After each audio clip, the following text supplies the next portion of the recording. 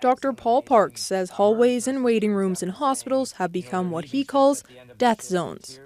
And many are leaving Emerge and saying, I can't do it anymore. And we have to put a stop to that. In a 6-page letter to the government, the ER physician compiled a collection of anonymous stories from doctors around the province over the first 2 weeks of the year. They include a case of a woman eventually diagnosed with a bowel obstruction, waiting 8 hours for surgery. She became septic and died. Another person spent nearly 24 hours waiting to see a specialist and died of kidney failure. The doctors deem these preventable deaths and also outlined 30 near misses. Park says after 44-year-old Prashant Srikumar died waiting to see a doctor, many physicians reached out. Does that sound like government's doing everything they possibly can to mitigate these challenges that we're seeing? We really need to do some short-term measures right now while the medium and long-term ones are done downstream.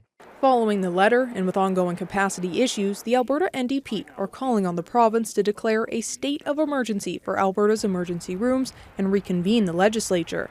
The government hasn't acknowledged that this is an emergency. The answers we get from one of the 4 health ministers is very much, oh, this is business as usual. We'll tinker a little on the edges. We'll do a little bit here and there. Hospital Minister Matt Jones notes less than 1% of people who visit the emergency room in Alberta die, and the issues highlighted are compounded by a busy respiratory virus season.